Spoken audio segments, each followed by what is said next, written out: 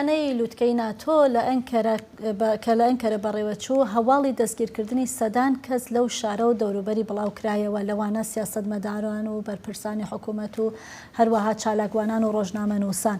ئەمەش لە کاتێکایە کە بەرپرسانی تورکیا لووتکەکەیان بە سەرکەوتنێک ناوبردووە کە ڕۆڵ و توانای وڵاتەکە بۆ میێوانداریکردنی بۆنەیەکی گەورەی نێودەوڵەتی پیشان دەدا.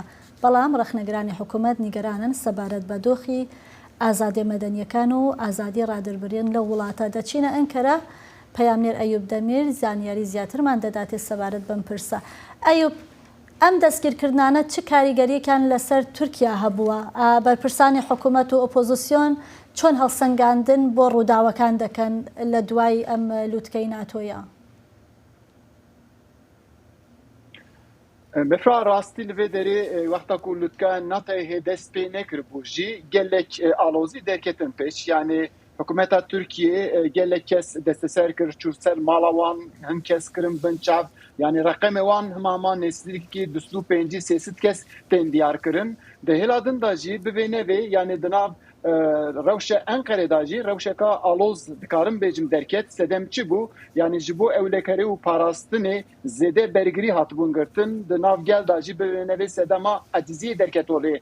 Ji ber vê jî opozisyona Tirkiyê ragihand ku, yani pirê wan em bêjin Dem Partî, CHP, Partiya Baş û partiyên din jî diyar kirin ku belê rast e li Tirkiye NATO lûtkeya NATOyê civîna NATOyê bila çêbibe problem nîne, lê pêdivî nîne ku Tirkiye hikûmeta Tirkiye gelê Tirkiye eciz bike, an jî ev tiştana ewqas zor û zehtan ser wan dabîne.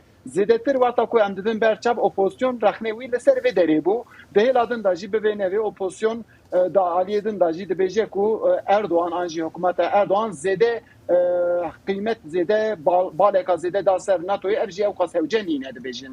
باشە ئەیوب، di raporta xwe jî te behsawiyekê kir te girêdana pirsgirêka Kurd vê yekê gelek pispor dibêjin ku divê pirsgirêka Kurd li Tirkiye were çareserkirin heta ku aramî li herêmê were peydakirin. Gelo di van nîqaş û civînên lûtkeya NATOyê de pirsgirêka Kurd bi rastî hate nîqaş kirin? Sîrvan a rastî nehat nîqaş kirin, lê em digizanin ku aqaftinên Erdoğan da ev mesele bi şiklekî din derket olê. Çi bû mesela Erdoğan di qisê yani xwe yê NATOyê da ser terorîzmê rawestiya. Wata ku Erdoğan bêje terorîzm an jî bêterorkirina Tirkiye an jî ew tiştana bi vê nevê mesela Kurd derdikeve pêş. Di vî warî da jî bi vê nevê, yani çavên Kurdan jî li ser vê derê bû. Gelo di vê zîrvê da an jî vê lûtkeyê da ji bo Kurdan wê tiştek pê gotin neyê gotin, evana rastî Kurd çavrê dikirin. Lê aliyê din de em dikarin bêjin ku yani gelek kesan ra jî min qise kir, ew çi difikirin min fikrê wan kir. Ew dibêjin ku Tirkiye rastî di vê derê da tiştekî baş pêk aniye ji bo NATOyê.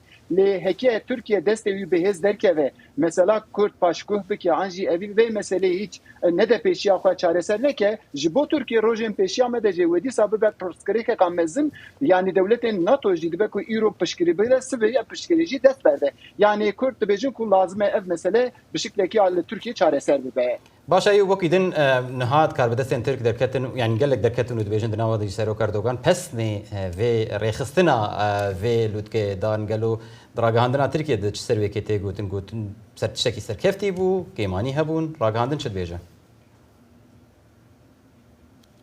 A rastî ragihandina Tirkiye bi tevahî em dikarin bêjin ku mijara wan herî zêde li ser vê babetê bû.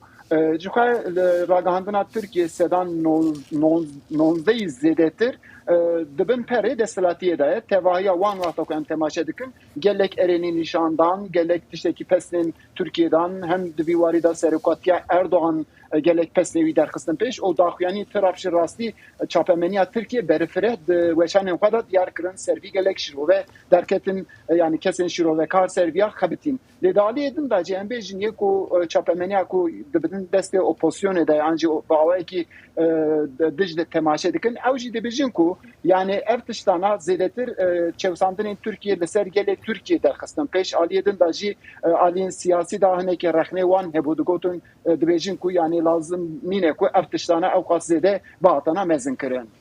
Belê peyamnêrê me li Enqere Eyûb Demîr gelek spas bo van nûçe û pêzanînên te.